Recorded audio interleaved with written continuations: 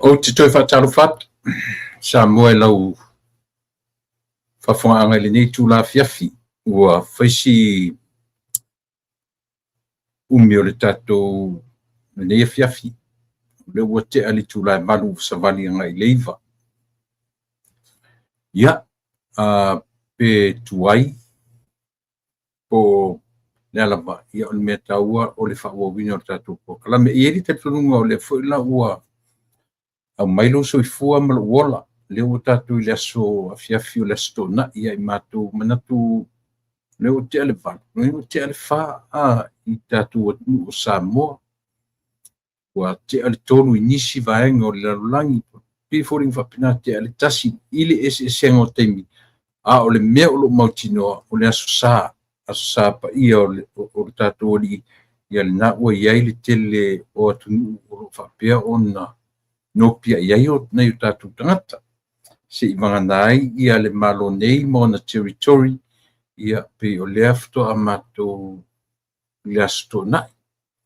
Ia te ali tūlai valu, ia le tuiti tu esfumatasi mi te tali tūlai iwa. I le pō ia i mātou nei, no winga o le ua te ali tūla e lima, i Samoa te ali tūlai whā i New Zealand, ia pe atau mwhai e tau wawai atu i le esenga o teimi. Te ali tūlai valu no winga le ufto a te ali tūlai tasi le auli o le asosa i nisi vaenga o Australia.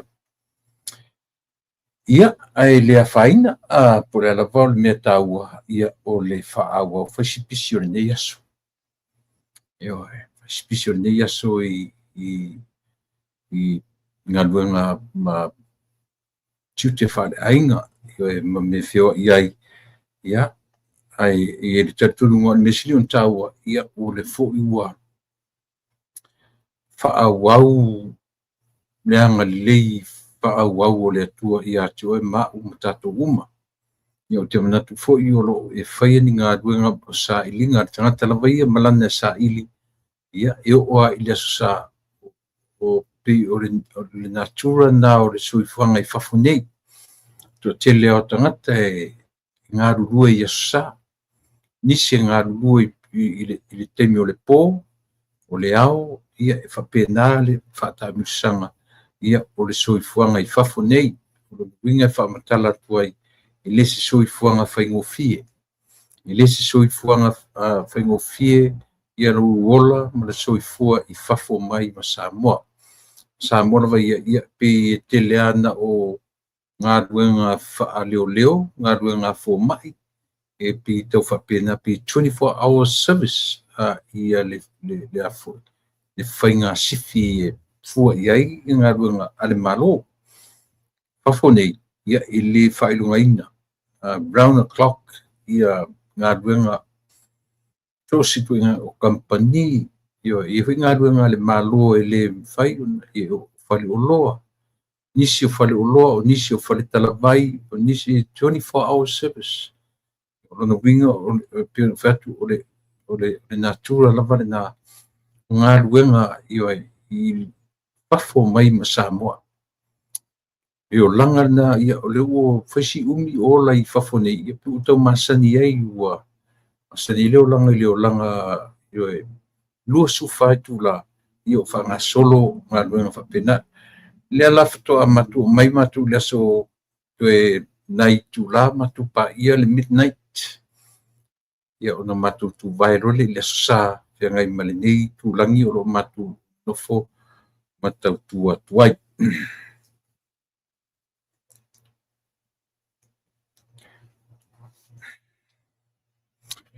ia pepe se tatone i whamanu mawhawhetai ia Yehova o lo lelei wana lo whatele mai wa awi na mai Yesu awi na mai Yesu ia mga loa i tatou.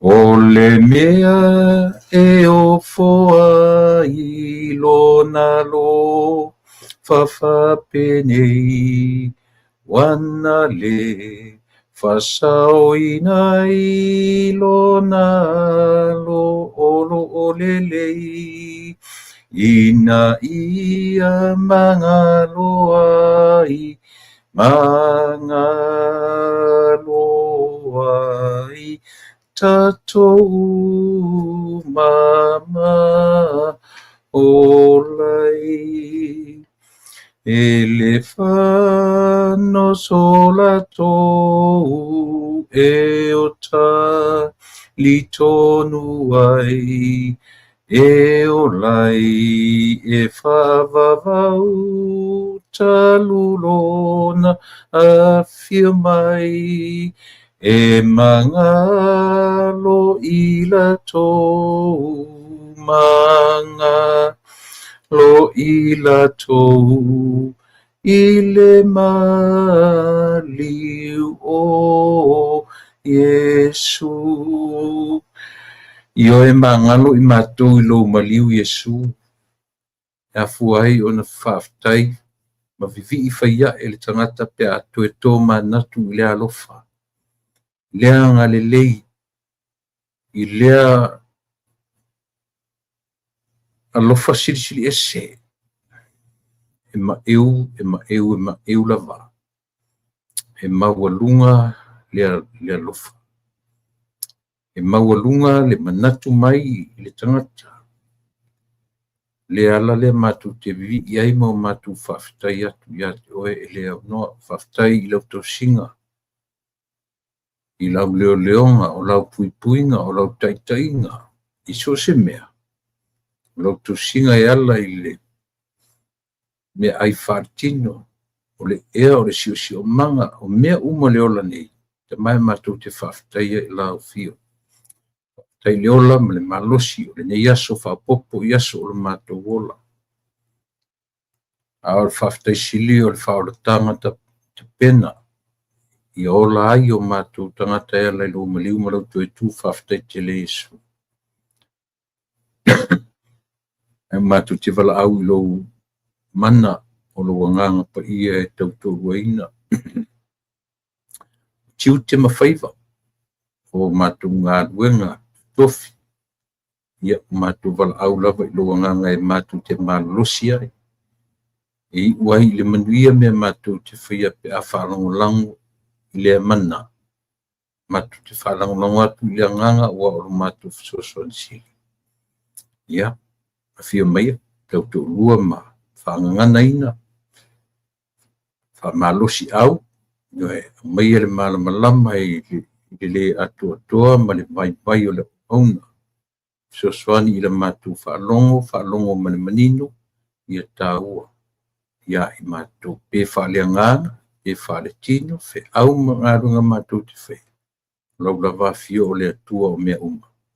Whamangalo I matu uma le toto pai o ekirisi o matu o li I marwhaole. Amen.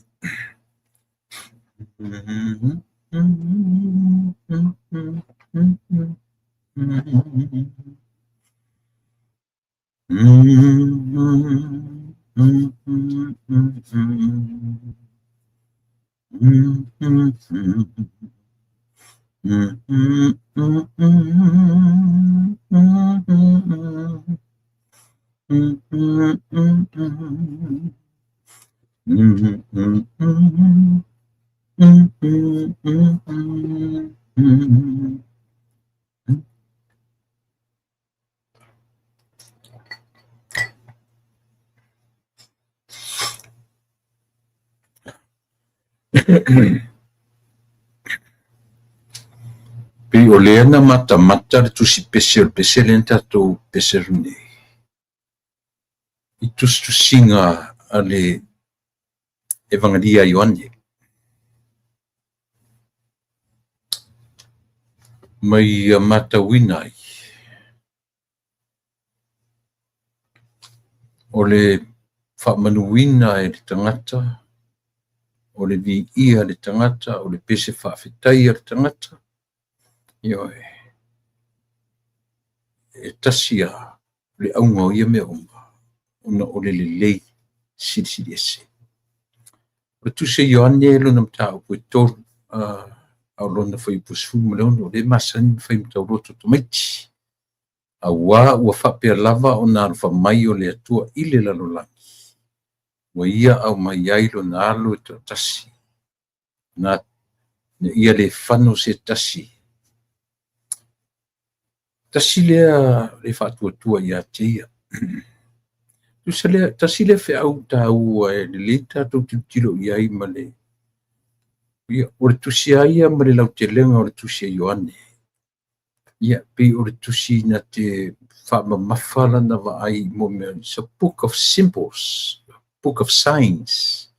Tusi o faailoga. Tusi pe e tele na tufo tusi a Ioane e lē lavea i totonu tusi a Ioane i le faitauga fule le faitau ai ma ia matei o Mariko Luka. Io e mawhaina e lalo le faitauga e lalo tusi o le au fai evangelia. Ai le faitauina ai la Ioane le whainga fule le o sinopi. E le faitauina ai Ioane le faitauga o sinopi po synoptics. Synoptics. Pei e la tatau tilo le upu na le synoptics. Pei sau le upu le mata o le optics. Optic. E ai pei tau mafua mai nā le meo le vaai, le vision o le vaainga. E pei fōringa o le vaai e similar le vaai Mateo e similar ma le vaai o tala e whaamatala e Mateo e au fo i le whaamatalanga e Mariko, Maluka. Ele whapenala ele whaitauina ai tusi Ioane. Ioane le lalo whaitaunga o Mateo, Mariko, Luka. E la vea whaitaunga au whai evangelia ai le vea lalo au sinopi po synoptics. Pila tasile tusi e whaamamawhala na vaai ma lau telenga. I le tūlanga o tusi o metau whailonga, signs, symbols. Lea la tau te o merito, lea ua whai magangana tele au karesia e a leo le whai whiau o se tasi e launga pi tūrolunga ia pi tauloto mai vanga le tamiti. Ioane tolu le whai upusfu ma leono a wā o whapea lava o nā alfa mai o le ile lalolangi o ia au mai ailo nā alo o tasi na ia le whano se tasi o le e wha atua ia te ia. Tasi lana me tā ua ua wha pēna lava o nā alofa mai o no bingo le alofa le atua ia. E wha safua so se tangata. Polea. But at the end o le tala, ina ia le whano se tasi e wha atua. Tua winga, sa oana, o le lofa i o le atua wha safua so se tasi. Ona au mailo le o le option i le tangata. E pule al tangata.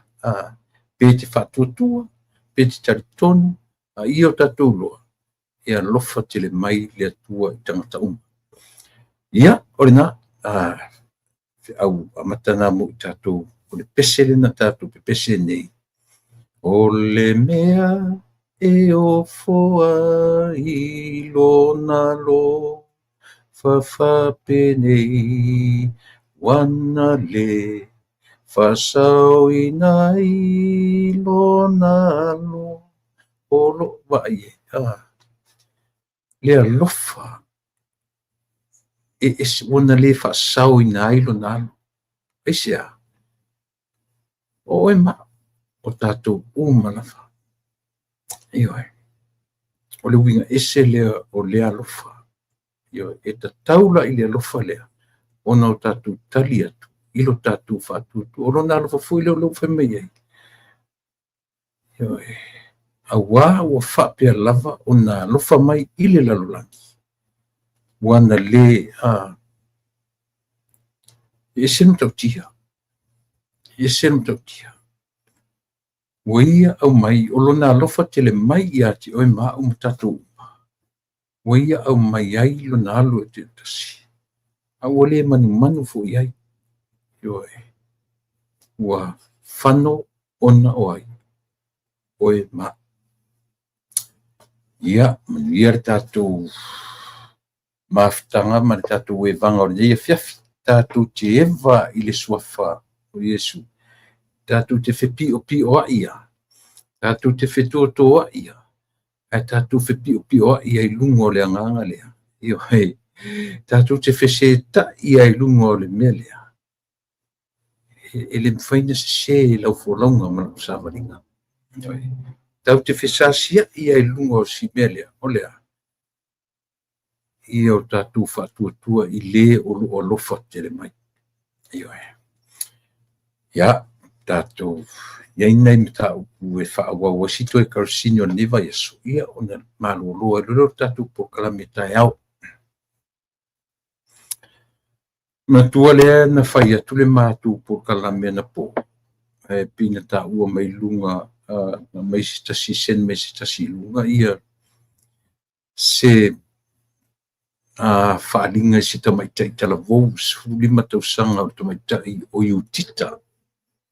Iutita te lupa i whai pauna mea le note na tango tangata mai sa mo sen mai te au te le lupa sangato le ainga.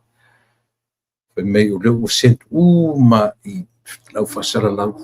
So se pe te HRPP, pe te fast, a leu ta sent i isi ainga i oe. Le whulana o ma ia te au whamon mole. Te le lola po ua maua ta mai ta i iutita, pele ai. Ia le whuila o tue avatua langa na lafo i oe. Na mai a le whamauralonga anisio le ainga whamon mole. Se whailo atu. Iutita mai le fioanga o le awaa i se furu ma le lima o na tausanga. Ia, o le temi muli na waaia i lona ainga i le awaa o kuso sifu matasi. Ia, o le waso sifu lima le so. O lona winga o wha i le lima so talu o na le iloa lea alu toto, 15 years old. Ia, a whai ua maua. Ia, o le amana ia le tue whasara lau. Ai a whairi maua, ia amana ia mai marche i tau a whaamule mole, tue silsilane, ia i lato o loo whengai marisa ilia, ia o lea tamai tai o sofa ia i tita mai la whianga o le awa. Ia, o le nā, whaamule mole, o ai lava o tau maua se whamatalanga i oe. O le minor, she's a minor, 15 years old, whaamule mole. Aua ne i whaataringa tuli i la matu tau wala au ma la matu tau whono atu. Se i tau tuana ma tau o loo e leo nofo le lei matu o imagine yourself, just imagine pea whapea o loo tau sa ili ia so walo tamaitai, so walo lipo le alawa, whanau. Ioe, ia ona tu ifo yo ia te oe lawa ia, ma manatu ia te oe lawa ia, ona langona lea, a whai o ia te oe, a mole awal whaalafia lea, ave, bala au, ia le telefoni leo au mai valu whaalua, lua. Ia pete o le telefoni lua, e lima lua. Ioe. O telefoni na e te maua ai ia le ofisa leo. Ia whaamole. Se i tautua nā maritatu. E leo nei, e leo Amerika le tupu ai. Hapi o leo apa mai o te loa sangata o le ainga. Ua o tu fo inisi o le tio whaasala lau. Ioe. E fisoswani atu. Le ngata o lo whaasara lau sa moe tu newspaper o leo e puleo apa mai ia matu whafunei ioe a tonu tasia sita ngata e whalongolongo mai sa moa o ina tonu le pio na mafuanga na tautua nā mautou le alo whamule mole whafsota iane ia leo pe a maua ia se whamtalanga e wina i lea alo toto Ia, ele tele ni mata upu o te toe teranoa i le afiafi nei tasi lua tolu falima. Ia, o le io e masalo a te leanta o te teranoa i le pone o tolu.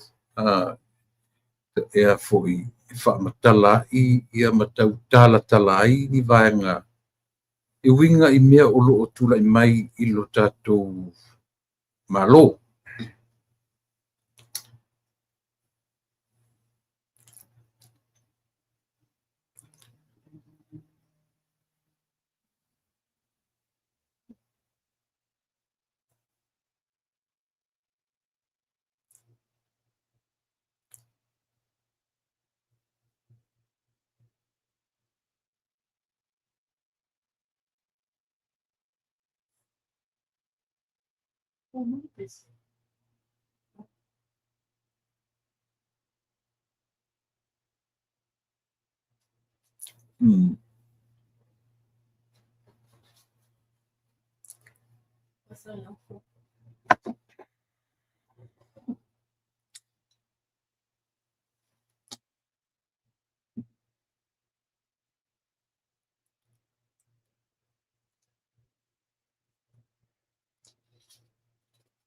Ai nei mata upu mana ia se o whatalo whatu nisi o whai o na wheloa i mai.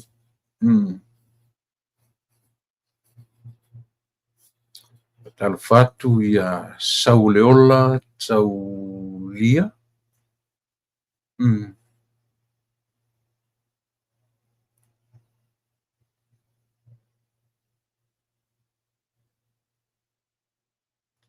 So i fumanuia, no se matule e pa whaftais. Ai meser por kalami mātang o fie. Mua ona o whaftai atu. Ile tau waa se e tolu por kalami. Ua tuanai. O lea ua manino sa mua atoa. Ile mea na whai e tule e pa mai fia tau sanga. O na tau aveina ia lea tunu.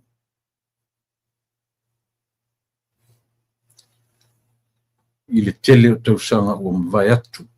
Ai whaftai ile alofa o le alii.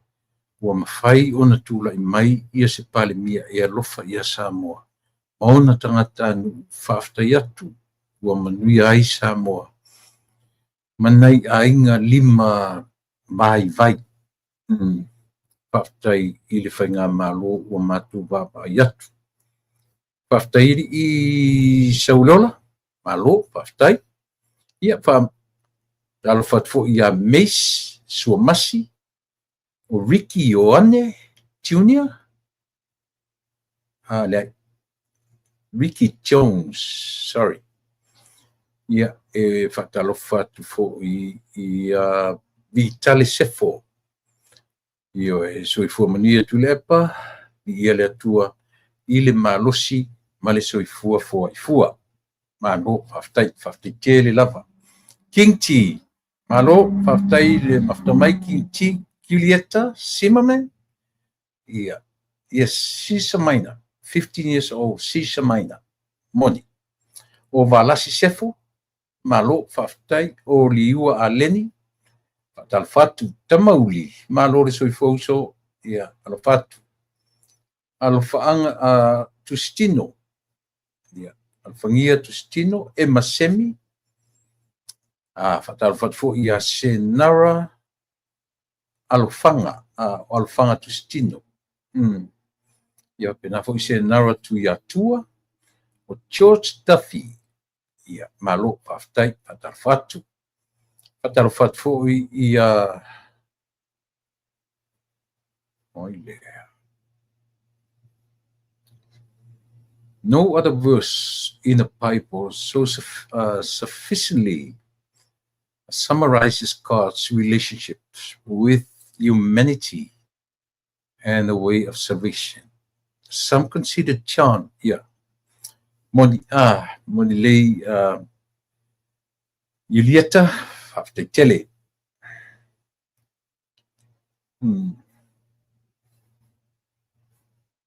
pena fo'i whatalafu atu ia tunu mafono e lia rata whafowina tanielu i whaiumu Samuelu o lea no i Maiava.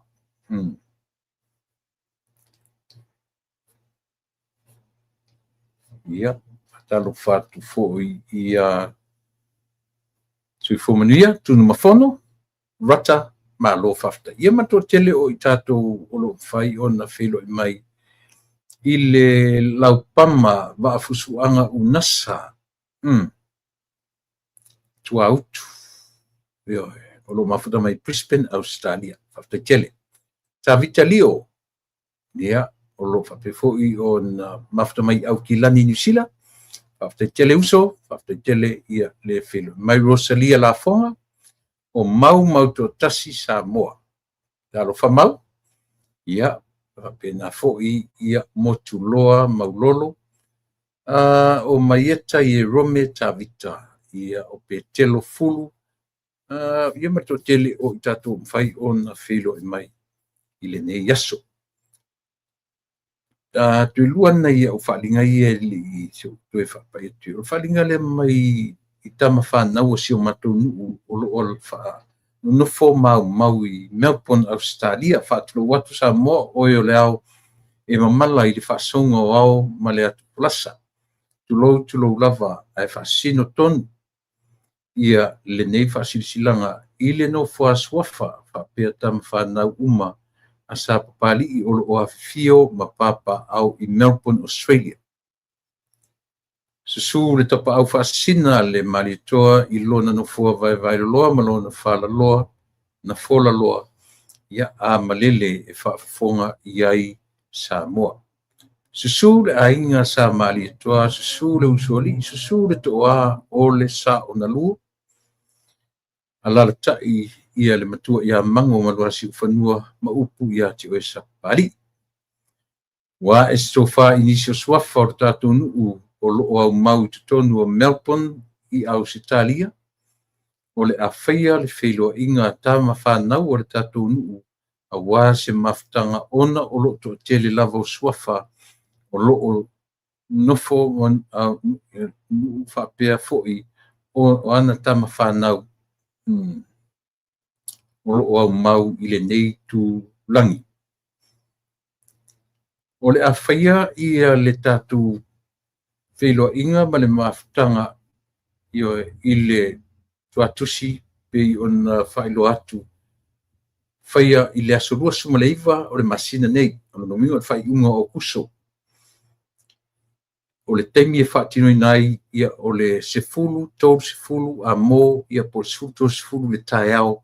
I lona tuatusi o le tasi sefulu fitu, network driver, chukanina, esa. O sao le whaaleonga lupu, chukanina. Ia.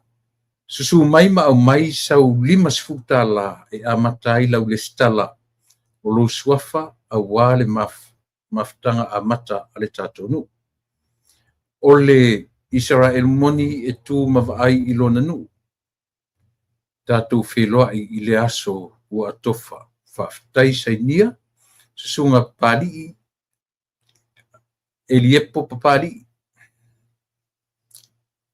Sunga pali Eliepo papali ene. Susunga ainu laulala li o matua si osi. Susunga mua ausa iopu asiata. Susunga tuli epa a mosali o titi. Susunga se yuli a fosio lungia. Susunga salaa keleka. Salaa elisala. Tofa ia olo ipola panapa foluena faumaua. Ia whapele matua ia mango le tofa ia au ava mulipu au ava tio sua. Ia tena ne foi ia le sunga ia memea whawhetaitia o ke sene. Ia o ilatu uma ia o loo sainia whamulmole tama whanau uma sa pari. Tau te tala noro li meta ur tama whanau. O ngafa. o tupuanga. Iti le tulia ina oe sa ile mea sa e whana wai. Ainga o lo tina, ainga o lo tama. Ioe, mena ta ure tama whanau. Ile ta ua le tama whanau na oe na e whanau ma e ola i sapali. Ma e ola i sali moa, pena e ola i sali poa, pena e ola i muli whanua, pena e ola i urutongia, pena e ola i whea mwhea. O tangata uma, ai whalongo, ai whafonga nei, ai whai maini, introduce tangata. Ia o au te sau mai whea. Toi titi alu si tangata se furu nu e sau ai. Leisa, ia e tā ua le whaalau i loa o mea. Iwila o mea, o tama whanau o sapali. O ni e whapena o tama, na ola ma whanau i sapali. A whai te loa o e endofo i Melbourne. Iei o luta mai tau i me. Alu e whamasani a inga o luta mai. A e lo o lo tina, o lona tupuanga, o lona tama, or the great grandparents from Sapali. Just go there. Yoi. Alu iai to introduce yourself, whamasani.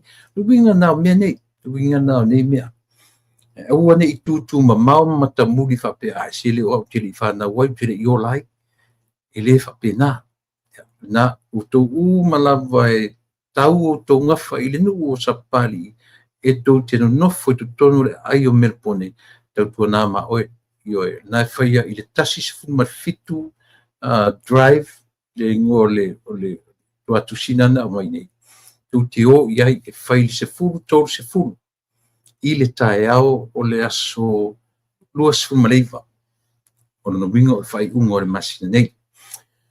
O ni ngalo i ati oe. Di oe. Tu ele titi ata tō koko sa moa leo lo to e. Ele ni o koko. No. Ele mo e fui sa tupe.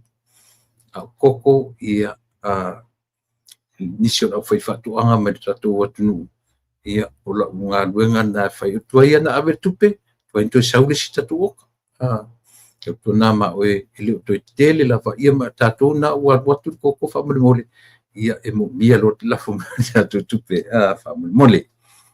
Ia, na amatatu nei tatu whaasala launga na ia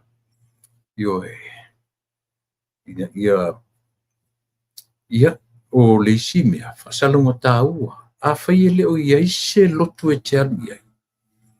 Whai lo iai se lotu, au e te aviala o whaasala launga pia whapeo na e te lotu. Ela o lau whaasala launga le whaapitoa tonua mo oe. E te musu e te alu e ke join se lotu. A whape ele o te leo lotu. Ia leo o watua. O le matu lotu e amata tasi te tai au. Ioe. Wala au mai e a fisu e se lotu e te lotu ai. Ioe. Aua te tau mwhiti sau te lotu i amatu. A whape o nei ua e commit i se isi lotu. O tō foi e o isi e kālesia. Tasi le nā o ngā o la o porkalame. Ioe. Ua tātou te nofo te whale. Ua tātou o tātou te mingo. Tā ua ia moni o tātou o tātou te mafuta. Ioe. Mafuta le futa tātou o whanau mane usi tala le nā ma tātou e nire pese le no pese tu e nei. Aule aungo le pese. Ia pepe se tato nei, luingot pese, ia awa u whapea lava o nā alfa mai le atua ile lalolangi. Ona ia awina mai elo nalo e tō tasi, ia le whano se tasi. Tau te manatu lo le mena, au lona whano whale. Ale sau lotu? Sau e lotu risi ufonga o le tai afo. Ioe. Ia, o le nā, wala mai le telefoni ia peke message mai ia te au. Ia. Tātou whilo iai o le se furu ma le tasi i le City of Stanton. O nā o le City of Stanton, a whitele malama kongu o wheme ko le City of Stanton. Uma e latu nei Long Beach, so atu ma ke a mai lo Cypress, Stanton lo. Uma lo Stanton, so atu ma Garden Grove, Westminster, pio nei. Ia, nai whalinga na e amata tuaila o tautua mo o e Samoa. I le nei vaenga o le tautua. Mantua le ua lunga o penga te whailangi. Na ua na mention mai fo i le tamaita i o mawhanua le matu no fo se toru ana po. Ina ua latarata ina ua uma. Ia le tangata fo le ua po e leo leo. Le ua maua. O le tangata e swafa ia au manga aloali. I leo toe ta alo ale malo te mine. Ioi.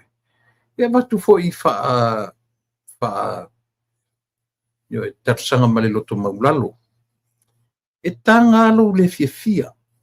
E pule ale tangata e sona le fia. E olo i leo o ngau saunoanga e te whapia la e latu e fasioti le tangata. Patalo fatu se uso. Tole a foa tia vui masina mua. Soi fua manuia. Ia, whaftai le a whea o tatu por kalame. O a mai o rua male. Fatua ia Naomi. Mano whaalo. Ia te tatonu o na e te Samoa. Na uloa te awanoa nei. Te wala awatu e te fio mai. Ioe. E whaisita tala o le nei a fiafi. E uilea. A whape te awanoa i le asonga fua. Ia. Ta la e lisi temi li tau te jae. Mantua mai se uso e lisi temi. Ai te wala watu le asonga fua langa ua tu leiti le nei a fiafi ia o le nai fu i fia ngai oe ma le asopa ia o le li i lo tatu watu i Samoa. Paftai ia le mafta mai. Ia fatalo fo i alofa Moore House. O sauna. Apena fo i EKF. Apena fo i ia Whavale le fua. Patato'o. Talo fauso. Corsetta. Te loari fatu. Ni o whapeo leo te tau selua. O whatato'o leo, o whatato'o ma te masani le lei. O se tangata o awina le lei. Ioe, tasile tangata e ono mo o mie le pale mene le tatu watunu. Ia e te li lope leo o no fui fafu. Ia ai anga paa foi li lau fionga mo ni tofinga i fafu. Fafu mai msamo. Ia, anyway, whaftai ia le mafta mai. O le mō ai la ma le maua o le li leo au manga. Langa e whesi onga. O ana saunoanga. O ana la fonga. Ana ngata na la fonga i le ia whatalo whatfu i se uso i asa ili malo o le komiti o le mau. Lewa fo i tate le i toi tala no uso. Ia, o steni. Pena fo i ia mana ia akau ia lato. Oto uma ia e whilo i mai le tato YouTube. Ioi, whamole. Pawale sia mea lofa ia tiao. O lutango e subscribe le tato por kalame. Whamole. Ia ma share atu, ma tufa atu. Ia le tautua ma le au onanga. Ana ngata la fonga le tangata lea whapir. Tu sa foi pe palawale. Leanga ele mo ia ele au tele ia le tulafono le mo palawale. Ioi. O leo mea o lo no foloa ma whamatau tangata o le ae latu e whana le tangata pe te latu e tipi le tangata pe te whapea ta te whiloa i loa e o ia o tūlanga o le masoe po le whamanua lia. That's a threat. O le whamatau. O le mea na tau o le tau whamatau. Ia lela o tau fia leli leo au manga. Au manga aloli. Le matu ta ua tu fo i na po le matu por kalame. O peila o leo tatu pe o leo ua amata o na elevate. Po leo amata o na si i mawalunga ia tiute wha leo. Pe o leo fōringa mai e leo toe ta alo leo tu inga mea ia. Aisea. Le la ua pe fōringa paua na si mea e tatu te tilo iai. Pe una uta ua na po le secret, le vaenga secret service ale nei malo. O le whatautonga o tangata nei, tangata ia. they are not under Democrats or under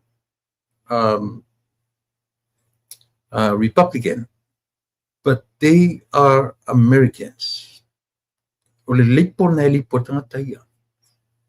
E le pela o tatou tau te oro tatou ai maise rama tangata ngā rulu e le malo. E mawalo e tatou tangata le mea le nā. E awana I whaia ona e whapea e se tatou tiptilo la tatou I le a whaina o le mea le na sasau whai e ni tangata e suafa. Ia au apa au.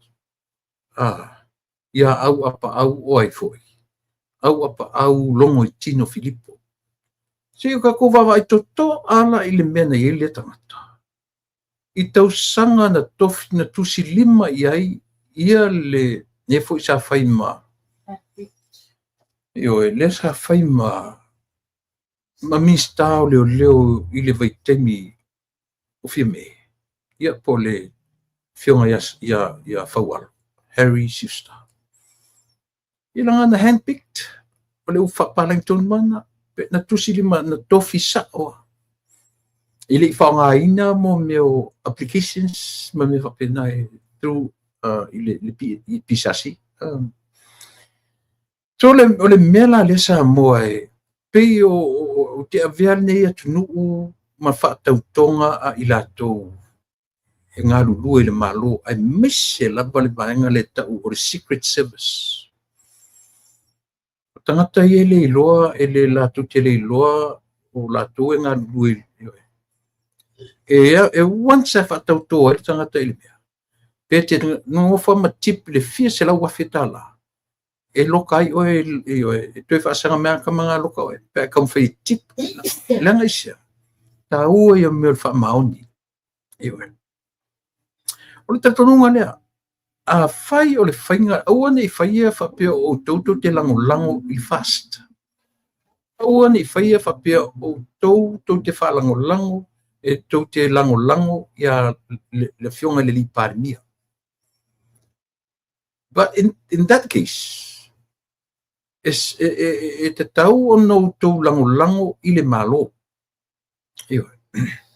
Pato le mea siri na whawhingata le la u whetuai. Na tū mai le fast. Ai esen mea lu I lango. Ale tangata le sa tū mai o ia.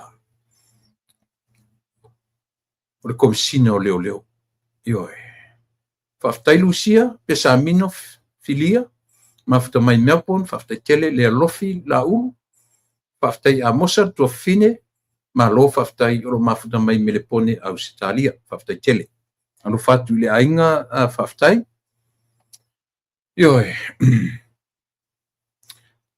A fuala I le tū ma lo o le whatuatua I le tua sa mo tasi mai le 5 tau sanga taluai. Sa tai ai o le ma lo I le tamai tai o le fionga ia fia me po le fionga ia fia me na omi mtaafa o sa whapito. Ai esen me e sipa I ai le la o le sa whaima whamasi o le sa whaima no ma taita I leo por como sina leo o le ala lo foi tau sam e tau tala tu mai pe a lango ai sia langa e te tau na lango I le malo the government of the day e te tau na lango I le whainga malo o te ia le malo so e le lasi me o iai a o le mea le o le tu watu o le malo e te tau na aru lango I le komisina le nteri e te tau na loka tangata le sori e mo ia lau tala. E mo ia lau tala vai tasi le points te le la vare o avatu. O lea. O le tū mai o le malo e ta tau na lango iai. Ai ese le mena oso iai. E fai la si matu ia. E fai si matu ia. E fai si onga. O lea ungani al tatu porkalame. Au mai to tonu tangata lea. E te tau na avatu au apa au Filipo e molia I le tūrafonu. Te tau na avatu tutonu. Aisea, e matu ia e onga na mea whai. O I foi. Te tau na avatu lo malimoni tutonu. Aisea, langa e whapea malimoni. whapea. Ioi. E pi I mau whapea malimo. E le koe kau whaia ni whamatalanga. E le koe kau whaia mai moa uma I ele atu. O le matu iala le sam. E onga. E matu ia. I le meo lea. Na tofi atu e le sa whai mona minsta. Hand-picked. Ioi. Arai mena iai. E le tatu vai ai. Sapa lana minsta. Sapa lana to ono. Sapa toi my former prime minister. Alua toi martangata lea. O le ala wha moe mua tātou Samoa. Au mai to tonu au Filipo lau fionga le li parimia. Sila ani le mata upulea. Ua pisa wha pea le atunu. Matele ele mau me whaia. Le sa ilia mata upu e tauna sa ili. Ona o lea. O le sese o whainga tangata nei. O le sese whainga tangata nei. Ia lela utato vai tu te minei. Lea utau sanga tonu. Leanga a whai e leo le mana onga o le malo. They have to. They have to. Aisea. Leanga o la to enforces. They have to enforce the law. O ai le law. Ai the lawmakers. O ai lawmakers. Tangata o kabineta and the whole parliament of Samoa. So ale pale mene fafatu ma fautu la fono. A o leo. To enforce. Fa minoi. Fa ngaioi. Tu lei. Le tu la fono. E vaila le mena I Filipo. E esel me fai tu la fono e fai. A esel me tifa iai a wala o Filipo. A wapa. O inala. Na o fionga le li parmia. Malau tai. Sila ni mea ia mātou te whai tuai. Sila ni asia. Onga mea komsina le li le sa whaim komsina. Ioi. E onga ana mea ina whai. Ioi. Ia le foi la tau whai le li o li mongi e koe kam whai. Ki ngā lava ngā watu whai unga whamasinonga. Ale lava ka whai. Ale whai o sotu mai e tom whai ioi. E lango e tu atu e tu e whai le mea le. Ioi. Te whai sei loi longa o mta upuia. Lalan me taun whai. Le fionga I te leo. I auto o fionga. I whamasino. Ai mesela o fionga le li parimia. Sila nea tangata lea. Both former commissioners. Le li le mareseli before him. Tangata umaia. Naona matu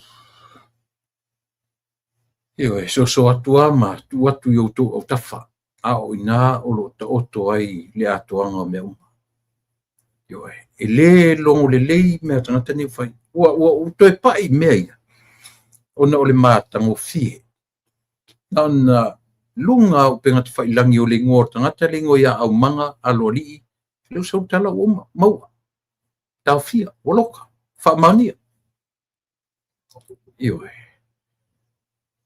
le mea lalia. Ai vaila I tangata le. O lona nuu. Mea le ta oi morta mai titi. E vai le meo le o onga. E vai le o inga. Ioe. Mena e moi fo iale au fai fake pictures ia. Tata tauna le fai sanga fake page e so na sawe fa pena fa mtalanga. Ona fio e ale tu la fon. Ale winga na tala mena I loin man fa valvalea. Tu sape pala vale me pula le simbe. Na tali to pe na o e ma tu pula. I think ta tu la fon no mena lo pala vale. Ai te ta urola to inga me fa pe o lo fa na o tangata pe te songia le uruai pai mai pe maso e se si atioe. Nei role ua e whainga tu la fon. E vai le fa valvalea o reali. Ele ngata o ta o langa mela alu e whai e whana le fionga le li parimia. Ai koe ka umalonga ngu o sale apanga I alipata. Tato Yesu. Se vale sau pau ina amatu ati tele. O koe mo whai e ma koe kau kusa lo o tusa na sau dungo o Facebook fa pea leo le oe. inga o mai e lo katua. Pe atango to refresh lan tala na. Yo e. O fai mai o lan tala na te whanga. Yo tati e pala wale me so se sianga ke whaia. Ale mea lo fai mai yo e ke whanga le whionga i le pari mia pe ai o ia me lo whawan. Ai a whioki ko ngu ul whika. Ai a whioki sale panga ingo ia ki oe. Ai sea. La mamare ngu ia ki oe. Paule me o tau ma ia sam. Oe. O le tangata. O le nuku. Le whionga. Taita i o le tuangai. Iwa vaila ilu me ka ulo whaavad valea. Ia wala. E kele me iai. Maua oe. Ka valea sale panga. A le fwena ua mai ka valea koe ma le whionga. O a ua i tutuila. Ai sea. Langa le ua mai uma o unu ia. Ai no panga e tutuila te whainga rungai mai ave taxi wale te whangu whapike ave pasi e pala lau me whai tutuila. Ia le la ki au kaua koe fwoi i whea fwoi. I aua. Ai le lopea longo fwoi i aua. Ai longa iso pi kanga i aua. A lea la kau valea o matua ia nu. Kalu ai. Se e set sore mea leanga mea whaavad valea sore. Ioi.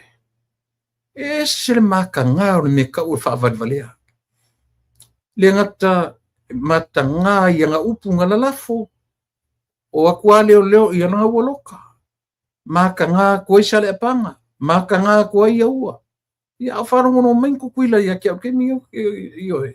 Kia ua palavale me masutuile kia. Ai le oa. O reo te amatua sao langa o nuu. Na leo mai o na nuu ia. Pate ilo te tonunga ilo nga se ua. Le lopo la no foi i ua ma whainga runga i kukuila. Ale la kau valea ko va ai la tatu sa mori ke leo me o le mo mafia fio fa valea. Ai. Tu sa ko mo fo mai fa kala mai. Nanga tala ua o ngali primary school. Ai. Lenga. E ser fa valea. Vai whainga tala. E muli a siana palau vale. Muli a puli. Fai mai lo wake. O e mam lama lani meta ule ake. Ioi. Ole ake le se meleanga. Ole ake ole tōtonga o tangata. Ioi. Anga ke wha kusanga ua e nofo ma wha matala wha varivalea ni ma wha ua e wha winga siseina le upu e ta ule ake. Ole e le ake o tangata i tutono o tutonga. Ioi. Nā le tau whapārangina ta ule ake. Is that the liver? E sao, ole nā. Ea, ole nā. Ole nā. Vai. Ai lenga ua e fola le whanga. Ia ua e whanga na o ala. Ua e whanga na le. A ua le ngata fola. Ai ke ngofo maka usa le pangalongu usa le pa. Se ua ma ai le mafia fio ni mea ka ua whavarvalea.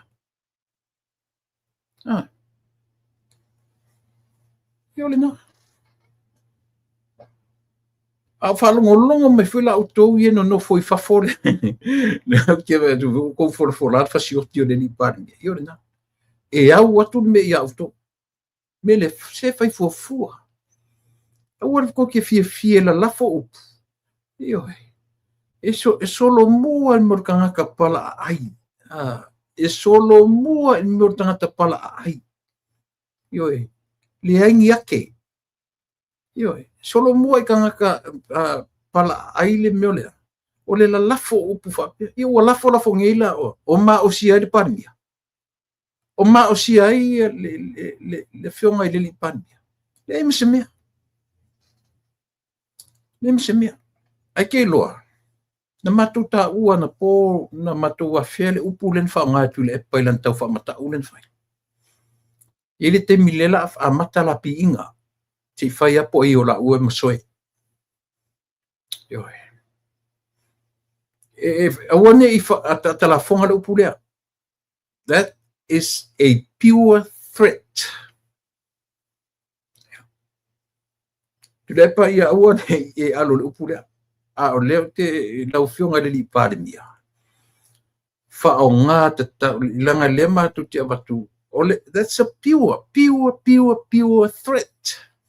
Ole matua tau whaamata ua, aisia. Langa e tau pitala noro le upu masoe.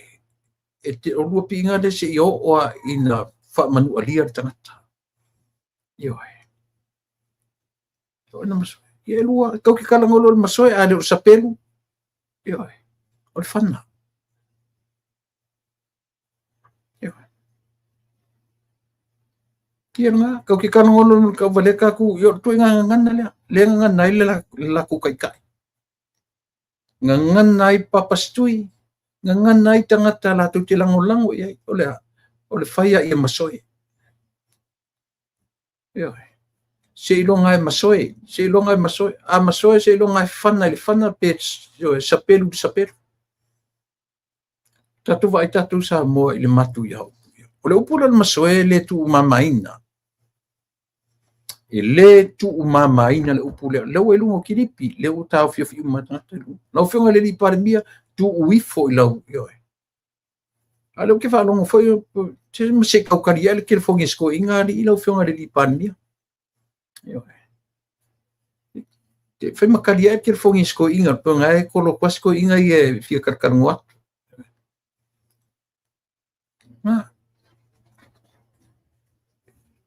Ia tau ilo.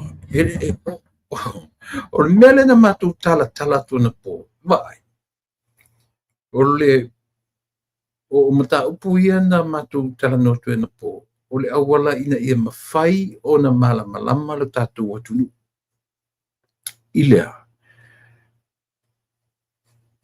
A e tango ne tu e whaavasenga atoa le nofom whailo mai la alu e whailan tangima e more than 10 morianga o le alu e whai. There is no reason at all. E whaailoa mai ia. E le whapena ni whaingo ni mea. But that was only one reason. Ngā lei kau whai ia. E tau mai ia samo. O solo malisi au whaasala lau whai mai ia. First time lifta matu whaalonga ua ngana whapea le. Me le tatu te loa le vai o soifua whetuna. E o me whai mai le latu tala whatoa matu whaalonga le ua ngana whapea le li pania. O le li taitai o le tuangai. O lea. E le aisi na te whawhewhea. Aisi na te whawhewhea. La ava aila iai. O le ava aila iai la walu la maku e whaile mena. O le ale wingo le mena. That's a pure threat. Ioi. Ele ngata la ina whapea me. Ale ua no whamato lau mai mea. O le ko lau ia. Ai i roi pua. Ia. Nena. Langa a e nofo le lei whetu na ilo mawhau tamai. Ia le ua whama iti atua le matu pokalame. Le ua whama iti atua le mea. Ioi. O e toe sila le lei iai. Na ala na au mai, he set it out of anchor. E se hei tai. Na tau a mai e tau mai whapea ia e tau whapea tui tangata ia au atu tangata i le mea ka fiolai. Ka fiolai le mea le la aho o ia le taitai o le tuangai. Pau ana le mafuanga. E te kam whai e whaofo ma whaake i le whaafonga sa moa ma tau whapea tui sa moa o lea la patoanga ngana le whapea. Ora o songi whai me whaenga ngana whapea. Se mau mea maku ia ma le onga ua leba ngoko whai a le whae me whaaku murifu. Na o toe pa ia tua i melea. Ona o lea o tatuanga i lea fue. I le maua o lau tamalea. Le i umi ana i lunga lu penga tu whailangi. Le i umi ana pese atu le ngata o le autustusi. Ioe. O i latu i langonongoina le malo. Le ngata o le au whaasalalau. O mato.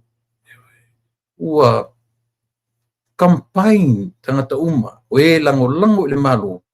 Ia nga. Expose atu lunga. Lala me lau tatu mai. Ia lau aloka. Lau tafia. Lau maua. Ele fioe. E o whalai la oria. e o fele o di fasala lau o le ai e tatu te baba ia ma pupu atu la tau faleanga ma la tau fa mata u e fene pato ile upule na mai e fu si yalo mai la si o ka la mapi ia kwala mapi se fai apo i mas ke atala o kau fai fai le upula to ina o le masoi ko e kau i folo na lona mafau o maula na upu to e vave na tope to fe o mau mai na upu yo e hase sengo upu masoi malo lama mai fasioti tangata. There's no difference. Yo na sale apanga o ai foi no tutua oi o sale apanga o ali pata i tupai lunga ia yo ali pata o nai le pa o nu yo pe mo se nu o te lo man lama te le nu tutua oi na o le pa esa o sale apanga o le pa o se pito nu o le pa yo se i fa sa o mai o se sina ia lua la le simia o loka nei gemi ni lo pe la vau e sao ia ana o ina se vai me ti a vea le o ina inu na o tele man na fa solongo o mai nuna au tangata le pitonu le la talata ile pa o no mi tangata lango ina ia to ina le ia to vai la ngana tangata lango i to ina le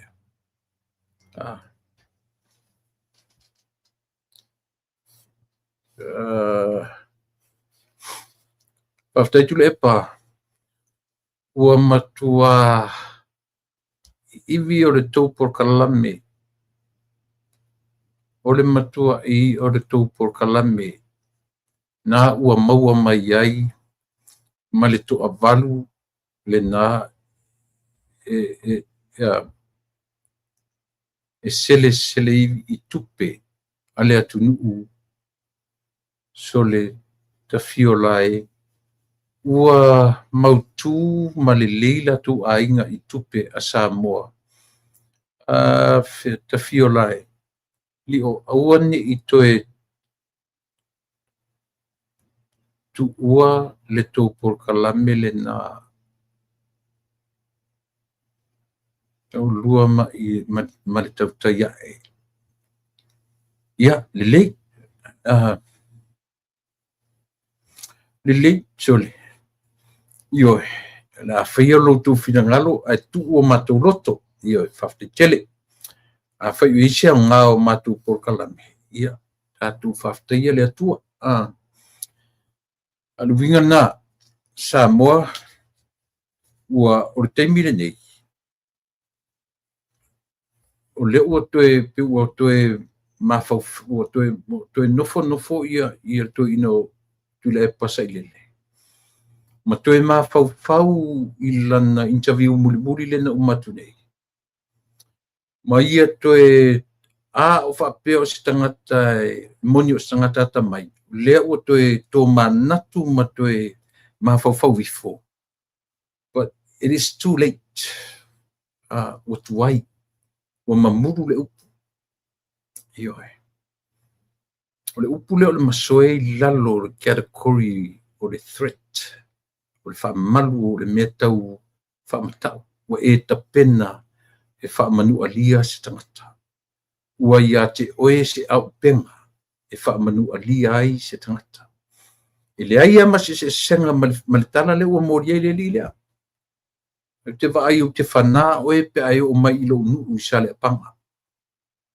lo wake wa ele to na tia upu na le na le o lo kai nei oi lo wa malua ka ki nga upu ku sape ka ke ngo fo fola plape le pe foringa ia ai te fa mata u ro tangata i se me ka weapon i se me tau fa manu alia i se me e te wa ke le o ki pala wale yo e le oti pe pala wale mai se sia te una yo ai te whaamatala loa upu e ono a fia le soifua. Yo le nā. e fiuala tu le pa i toe lafi le upu le wana i whaongai no le masoe. Ioi.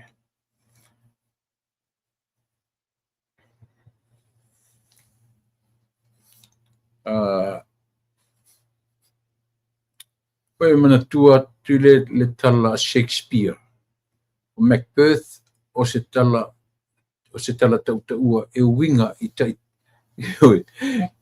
Pe o kamaia a.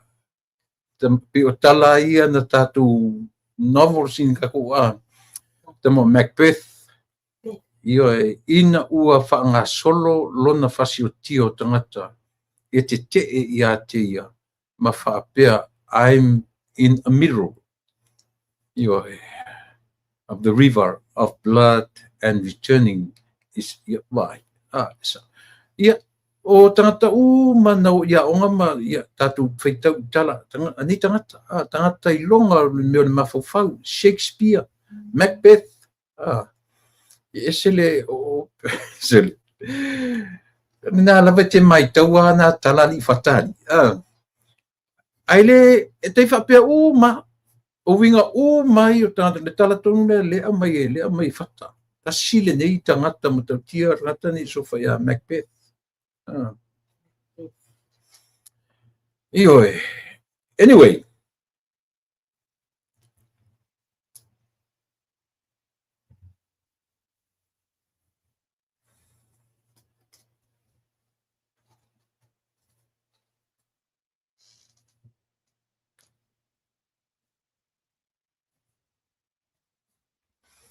Ia e sanga whaavaleaina lava se isi tangata.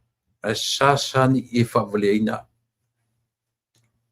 Ua tumu le fua. Ai kango e ke aire le iei upu o lono winga. O lea ua he's planning. He's starting to plan something. Mumai. Ua tumu le fua. Ma aua ne I whaavaleina. Ia sanga whaavalea lava o se isi. Ioe, au. E sa ni whaavaleina e whaavaleina.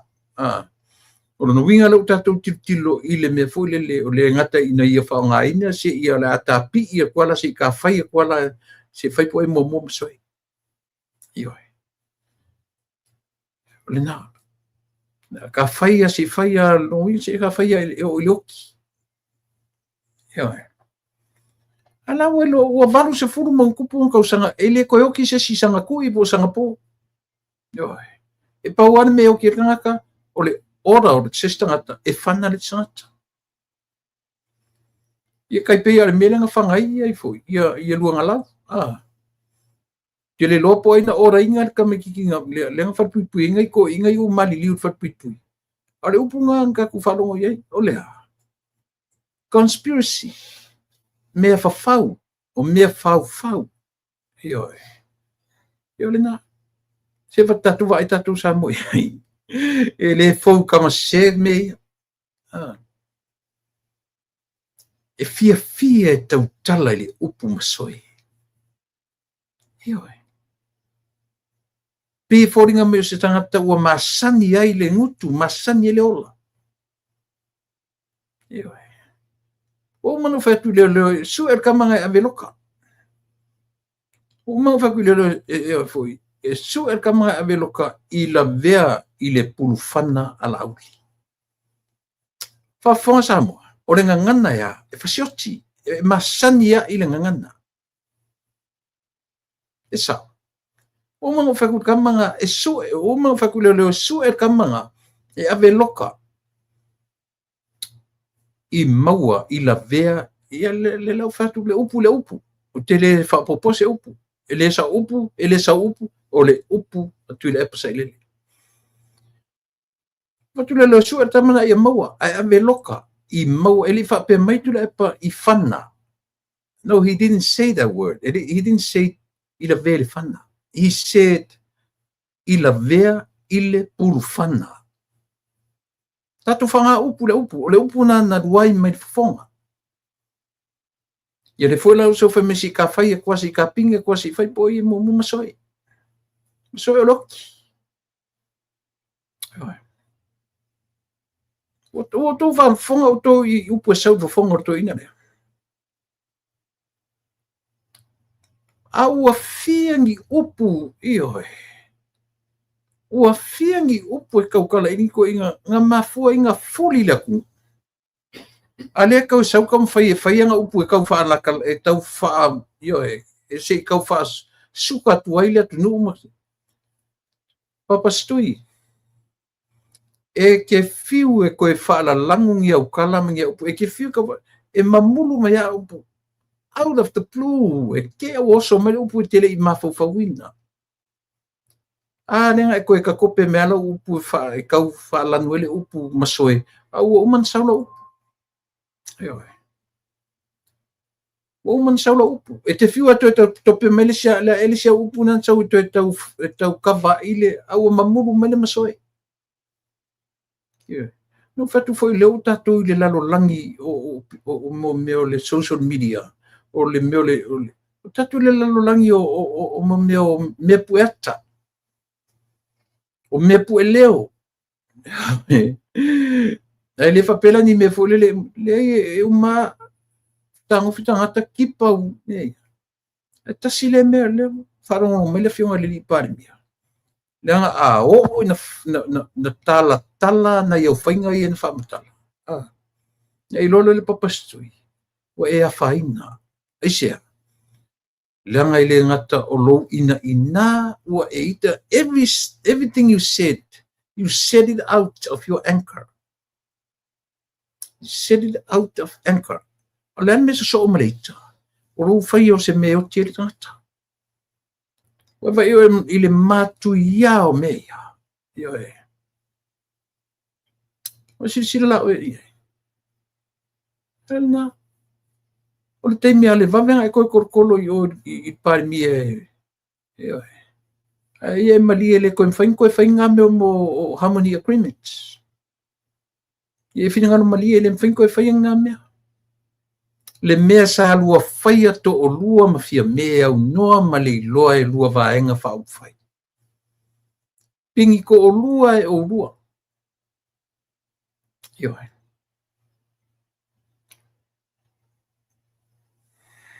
Na.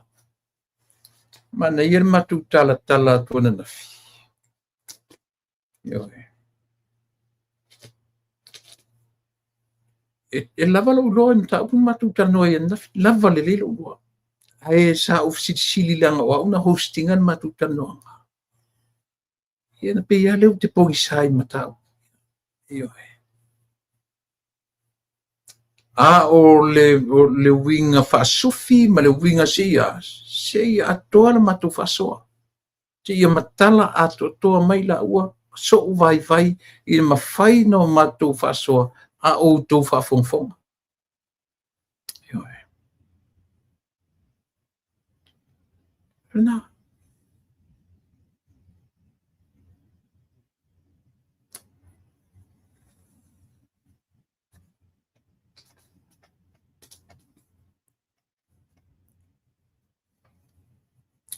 Le si upu, le si mo ina tala noa toi. Toi pa ia I le tala noa, o le whaanga ina o le mele o apulu. Apulu lance polu.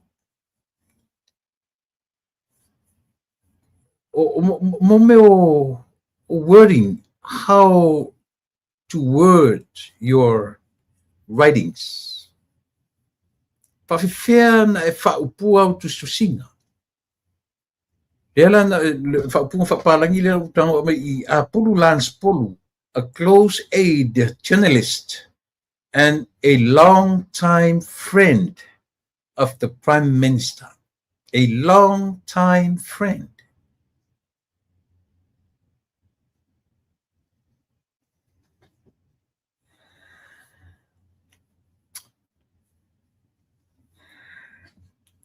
Le leila matou au ili o mea ia.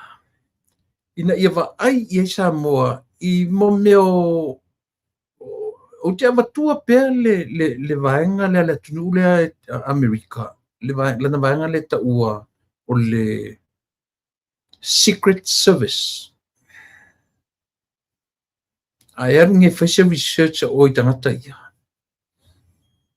le ngata foi tangata ia a o leo foi le nei atu e tele lo ni leo se Democrat o se Republican o kama ia pe they are very independent fa pena foi la vanga le tau e pika ke fefe kilo ia i tangata ia nei atu o le Secret Service e lei lalo Democrat e lei lalo o le afoi o le Republican, but they follow your duty ale malo o lo te ia le presidente o lo te ia le malo te mina io ele kai o ele tato malo to inga service le I kai ile meole ile meole tautonga o fai tanga dua ile malo nela mau fai mapa I la kala I tangata le swafa ya Filippo au Filippo tauna watu loka ke lore me ki ngai lo mafofo ko mano le sai lalo ka kaunga lango ile malo tata tauna lango ile fast out to le mer fast ai esen me so ye eu so lango I ai fo ye tu le pa ai fa te tele ai na o men fia me o isi me ia sa mo kon kilo ima ka mai ka ku ma o leo ka ku vai ai o leo fa mania o le atu pale mia nga mai ka ku ia la ko ku la kala na ko ku la kala ngi ki o mata se la kala a o le faitaunga ma le faitau o le ape tatu te va ai na mai tangata fo ie ele la unga fe au na o fa longo ia mai New Zealand fainga lotu e ntara no ile mele ma ne ia no fa longo o le mai o tangata ia lunga le umbrella le tangata ia o fai mutai fai ele la tu argument aia faina e olo palai tatu leangala o tatu le o feta wai ia supporters ma tangata langolangoina le malo ma langolangoina le tuangai ona o fefina wa inga I tumutumunga tingana I le setai e pepelo e se le mea o ia faia ai tau mawhaia e toso atu le atunu e prove ai le mea la fina mai ai mela nga tu le epa le lo fai te minei ki ngana lo tu le epa le mafua anga na la ina fuli le atunu ia te ia ale tu tam fa tau fala lanu ana tala io ala uma tu fai tau atu tu le epa ele va le atunu Pauan mele manatu ia le maturity o Samoa io just get up and go get up and leave io Pauan mele fatatari ile atunu au tala no ile atunu o tala no le maturity io la o to telefone na fai na tu te o to limo fifi te limo ni fangalo pule o le atunu me la o le atunu o le atunu o le atunu o ia o ko le ku o ia ke o ko le ku elen ko ka kalso o le atunu o le atunu o ia ke o ko le ku le ai sita mai pasene ana ia o to tu le pa le tapipi io sita mai pasene a Samoa na ia te o to telo tangata na ia te o to le I uma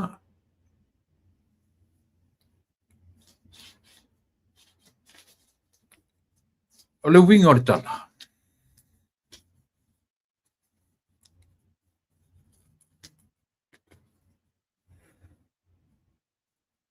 te wawa ina sao tala ia o te whalongo o tia ka ke wanda po le amo le mwhaina mi o se o e HRPP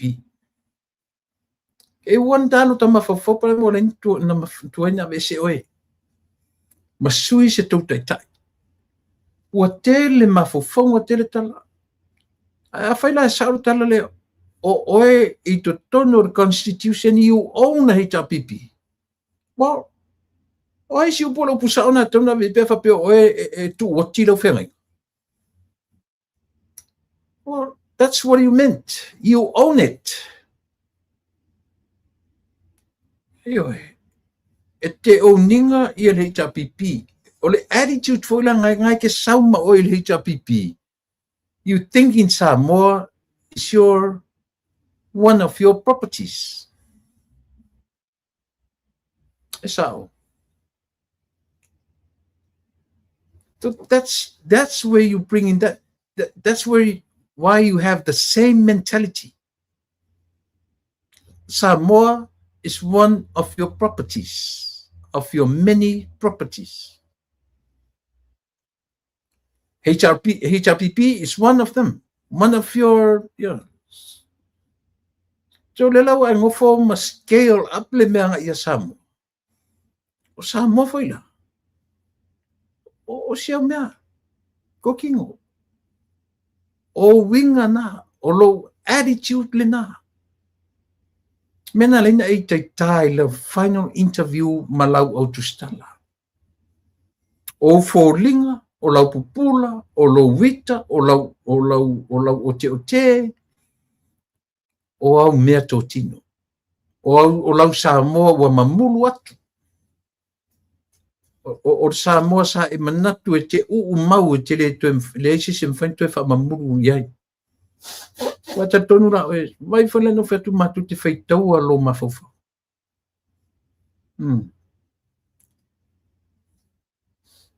E sirisira oi e. E whaitau atu e Samoa lo mawhawha.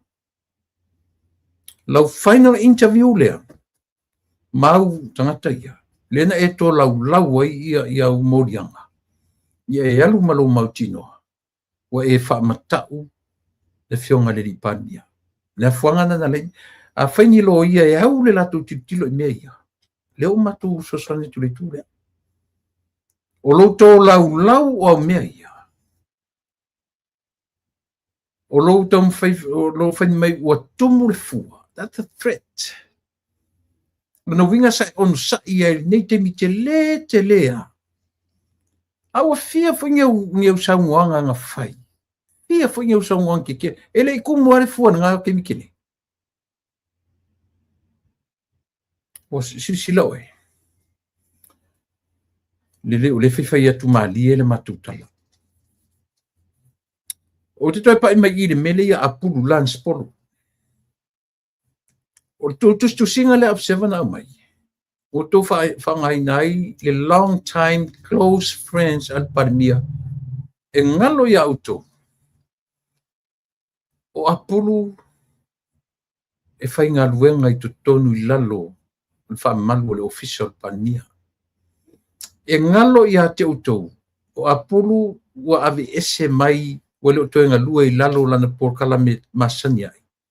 O le lengo talamua. The reason why? Ua iai le tōwhinga fōu o apulu i te tonu. O ia, he is one of the advisors for the Prime Minister. So entitled la apulu. I lungo le mele. O lea. O ia is one of the senior journalists. Te lelo na ngama. Ewa. E ao le va ai a pulu. I tangata umana tusitala i tutono le afu le obsefa. E maualunga atu le sila fia o apulu. Le au tusitala umana i Samoa. Au tanga avaia. O maina. O langi. La fai silfia langi. O tau o mana ia e oi whenengo siri whawhawhine na ili sianga pepa whaunga ia. Ioi. E na ona lo ia, atu wae lo le fio o le mea tau tustala. Journalist. Ma maua ia. Ioi. Ia apuru. So, apuru la. A whai o lea o eise tō whingo apuru i le mele. Ia ale malo. E sala i le nā. A leo tō o mai toso mai. O apuru he is a long time friend. O to vai o to i me fa tupu fa lave o to. Io ai la auto o fara ia fai se to research i le malo nei. Mena le no fai atua le system me tau atu no fa fin tai a Samoa. It's very healthy i le malo America fa ngai no le system masani ai ole. O le sau o le presidente, fou o le presidente sau. E sau ama o mai lana new administration. O tangata e loa le presidente. E fai ngofie na latu ioina. A ese le sa. Ese le sa. Ne fai ko ke vesia ilea. Ile fa fai ngaluenga le afui. Si o ka kukilkilo pole a le mele tu te me ufa fai ngaluenga administra. Lona tali. Lona tali po sona fini po la. Utele i tau iai le vanga na. Ha? Ia. O na. So ele haiti me o te tala no tuai. Leo o tō nofo mwhaaleanga ia le whaangaina o le tāwale. E vai o tō. Leo o mana maua ia whaamaumaunga. O tāwale o tō whai meu tō vesi whamau o sui laisene ia po number plates, po license plates, anga i le private. Just the plate. Listen. Mea tonu ai a leo o mautinoa, o tala ma le mautinoa, leo o tala noa tuai. O number plate ia, just the number, wa sui mai le private. Ai alu lai tau i kongo LTA. They still registered under the government of Samoa. A fesiri ai se ala o sui le private number for safety reasons. For your information. Yeah. For your information. Sa ora tala le fai atu. Yeah. Na sui mele a mele observa ma fai mele observa ya ma. Tu te le lo se papa. Pawale me tu te oi, lema tu te tala nosa. Ile me sawai i la tu o whangaina me. Ua uma o laisene ia whai ai. Ua the sui to the private numbers for safety. E o ofo ila ile tawale na whangai e pale mia taluai e tu wale PM iluma. O le o manino ave ese le PM. To wile private number for what? For safety purpose only. Nanga isia. Ele o toe Samoa nei pio Samoa na mua. Ele o toe Samoa temine. Wala la ai melele. Toe la ai mele anga. Le o tatu wai. Ele o toe fefe tangata e fasioti lisangata. O tatu le me o le hae o le hitman. O e Samoa. Io. O tau te vaia al tiselen whanalu anga lau. Consider himself as a what? As a hitman. Tiro to ai meo te tana noa tuai. Tiro to ai. Ele o toi fefe le tatou watunu. O le vaai la le malo ma le pare mia e atamai. Leanga a o a ina set up o i se fia se lau wafetala. E te aru e whaine mea. So lela ua whaamanino mai. O to tonu al LTA ma to tonu o paperwork al maro. E le ai se vangana fo ila le tangata leo o Chris Faofo manatou i na whaia meo lea. O le liliu o pepa. O to tonu o me maua mea i whaamaunga al maro. They are still registered under the government of Samoa. Now number plate le was sui as privates molea for safety reasons. Understand? Ia na. Pai le ta o matu tau tuale matu ti tana no tuai. le tau o po kalame matu titama ia ata apuru mfape anu to ho fai me wala na ave ia ta vale fa ngai apuru o le wo mamai ale li pan o to sila tatu sa mo ile fa tupu leanga o nei newspaper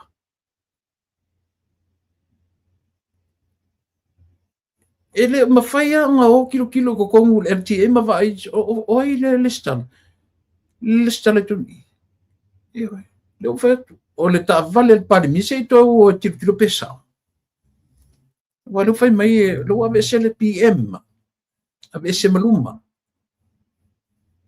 esia for safety purpose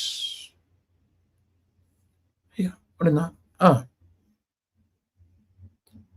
tahu sa on mele tanu tuisa la unga duanga o matonga duanga fa manino oi le mesiri na lenga mana ia pe ana fa pe e sa o tele manino ale mesiri lana lenga o le naite manino ai te tau fa lenga tau te fiu e se male upulo tau fa lenga ale o mori ai tu lepa le o ave kule per tu ave fa le ave se sin mafua fa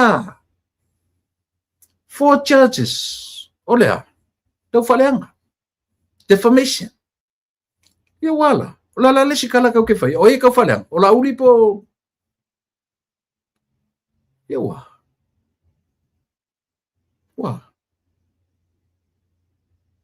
awa ko ke mai makam fai ka vi o le kala fai atu le mer ka fa lenga ko fe mi mai le ai o lea ua fa mauni 4 charges olea defamation o la fa sa mo defamation o la fa sa mo defamation ia ona se vangala wa ngofo fa sa mo mai le afo le defamation o le lanu liu ona le sa oila ia le ane to te lo ma me to defamation me to fa lenga o ai la ka fa lenga tu lepa tu sa pe to sa fam sinonga wa ese sana fai o ke lo inga le langa o violate tu lepa yo o preached e tu lepa orders ele o se orders isali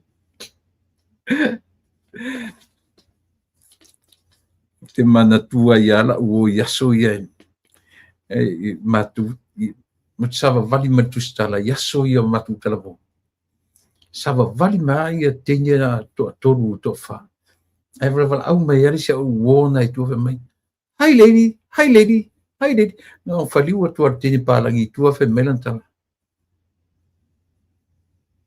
lady itu merkenge ele ko kasinga to tele ladies te fa pelan mele ele tasile ora lenga solir ko inga le yo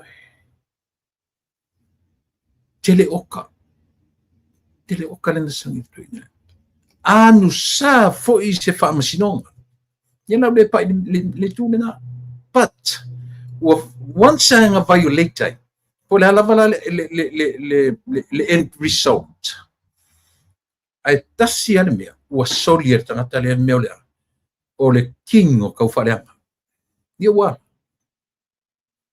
wala o whera toe alo i tatu tala o haila tatu sa oisa o mori e whakoro lua tonu violate lea le whatonunga na o mai le whamasinonga o ka se me ka o se kau whaaleanga inga amu musa sai pisafi ale ako ke mai fai ako ko kau whaaleanga famile kau whaaleanga i pani fai ko kau whaaleanga ako mai fai ko fai o lea ile o mo se tonu le atu o koulo ko kau whaaleanga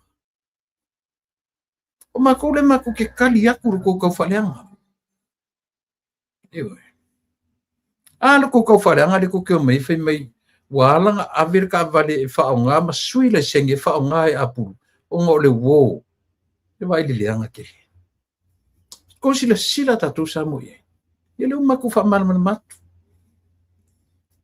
o apulu o lo uanga lue nei o ia o se faufautua i le palenia. Complainto. Complainto? Io. Lena. O ia ose faufautua. One of them. Te le lope to fia faufautua. But he is one of the advisors to the Prime Minister. Manino. Ta tiaran nam ta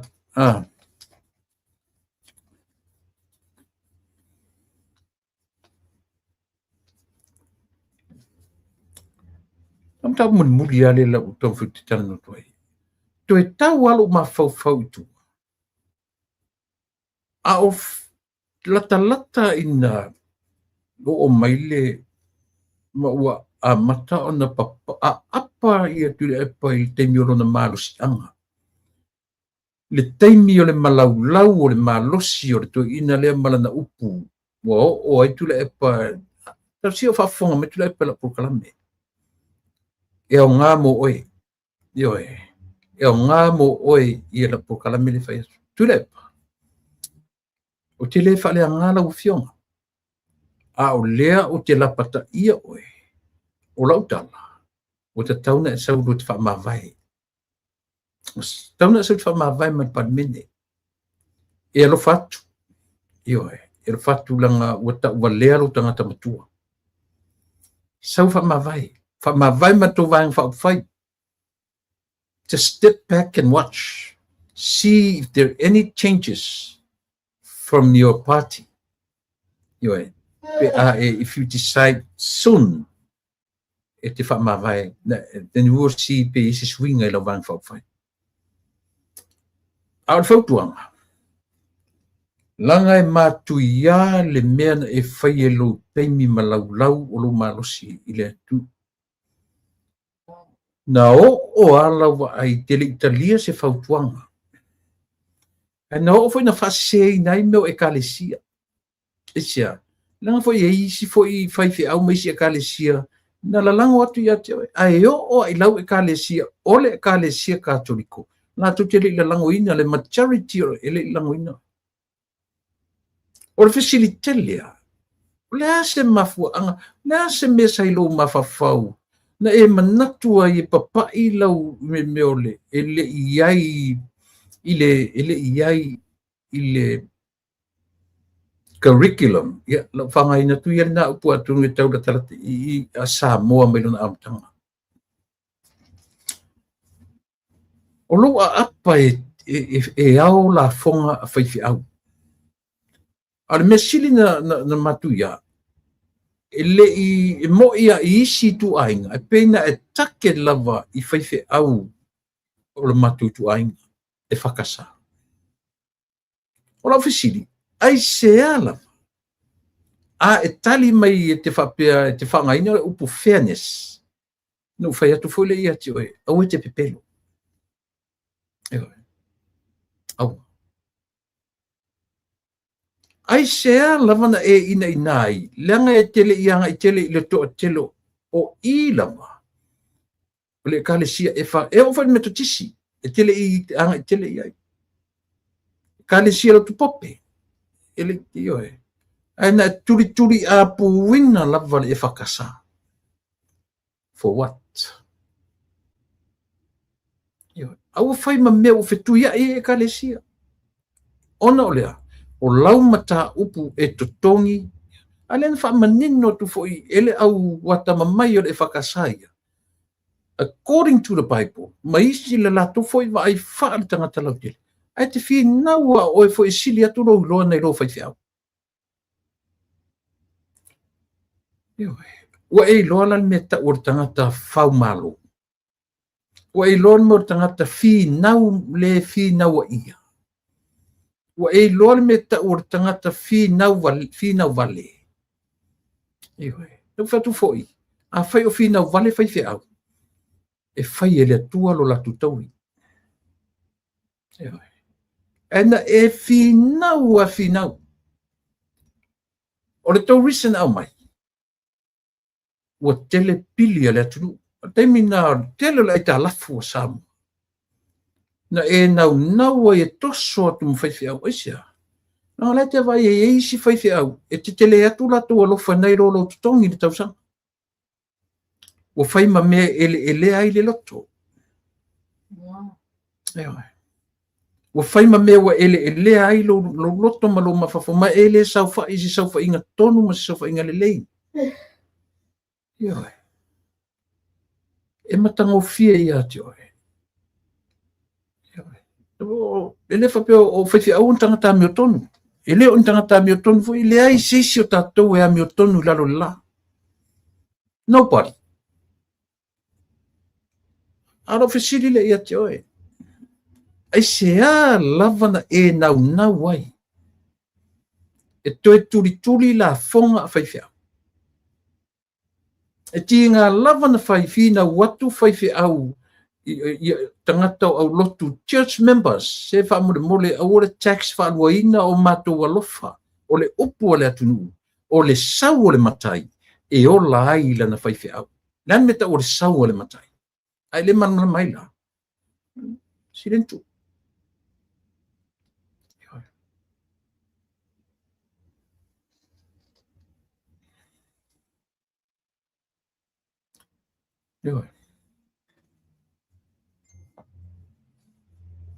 Lau toe so tuana ia te oe. Waonga me te whai le fu wa tura mai nim tau. O lo wanga whaftai wa maua le li isa lua toru waso na tua tue lunga o pengat whailangi le li i le na alo loka. Oela le te tapena pete no foi fafo o ferme te no foi te mafau e la lafo foi neu la fonga whapena e te alu e fasioti pai malafai. Fana pe le ato inga mete ia eiloa. Pete no foi Amerika, pete no foi New Zealand, pete no foi e pa i maili tu la fono ia te oe. Ai sea. O hai si tala te whaia. Ele mwhai ai te olo i mea tau wha sori tu la fono o le threat. Tasi le nā sori tu la fono o ngaunga. E toso tu ai lava oe. Ioe. Ko kele kankai o la lafa o po le fasioki o le lipandia. Ko kele. Ai whawhetai leo. Just go ahead and do your thing. Au atu e tu ua lautou whawhetai o lea o sanga tonu ia le ofisa o leo.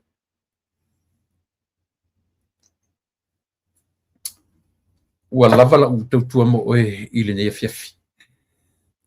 Le o vai atu whutatu teni ia ua whasolo e fui ina ua talawhia ngai.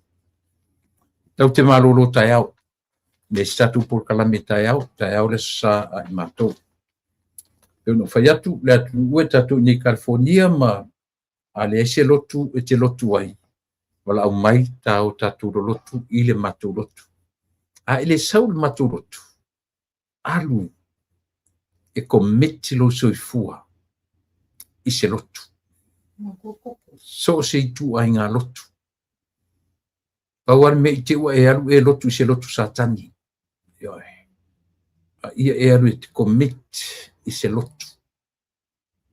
Metotisi, Full Gospel, Assembly of God, Mamona, lotu pope, e whaka pofe, ia e alu i le lotu.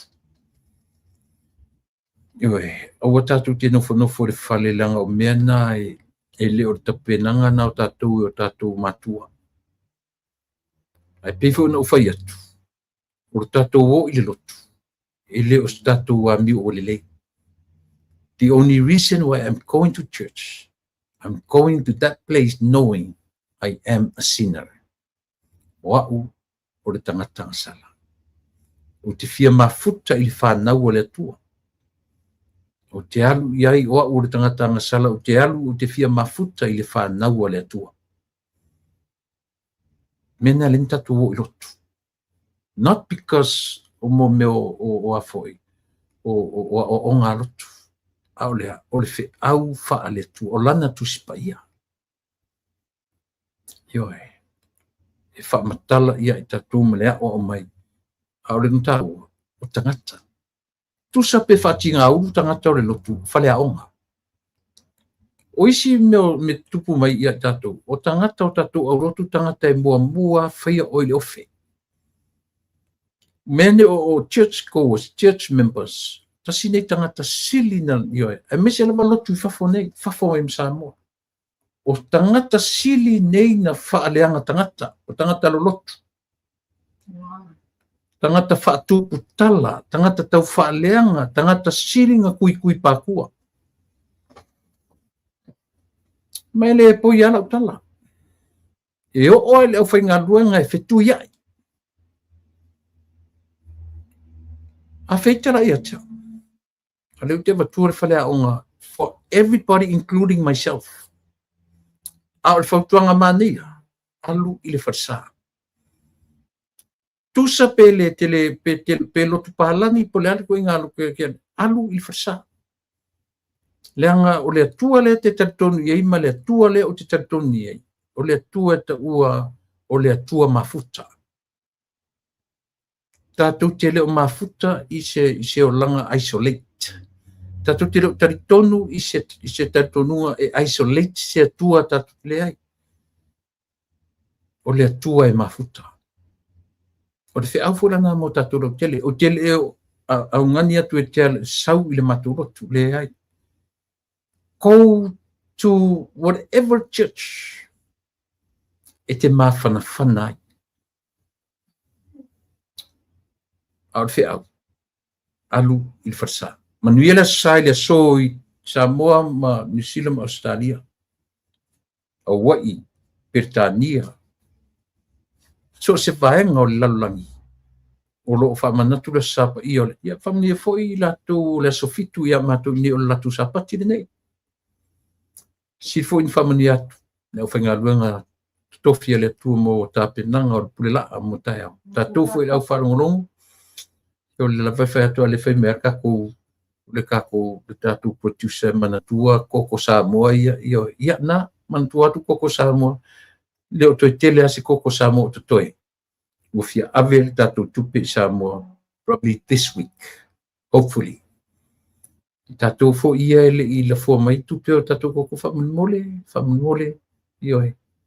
La fua mai loa ia asi whatea ia le tupe a i lātou Samoa. $10. Se futa la le tau, o se futa la fu na lai avi Samoa. Le se tupe a ua mawai. Ioe. Na o le pili a u le arua i ngaina. Anyway, manuia la sata au. Manuia fu manuia sa pati le so ia le kalisias fitu. Manuia fu le asapa io le tua tatu nu Samoa, New Zealand, Australia. Nisi vanga umalolani. Ia. Manuia ta penanga ma le usunga fono. I just cannot wait. Io e mata le usunga fono pale mene o le vaisfo. Manuia ta penanga lau fionga li pale mia ma lau tau ka peneta.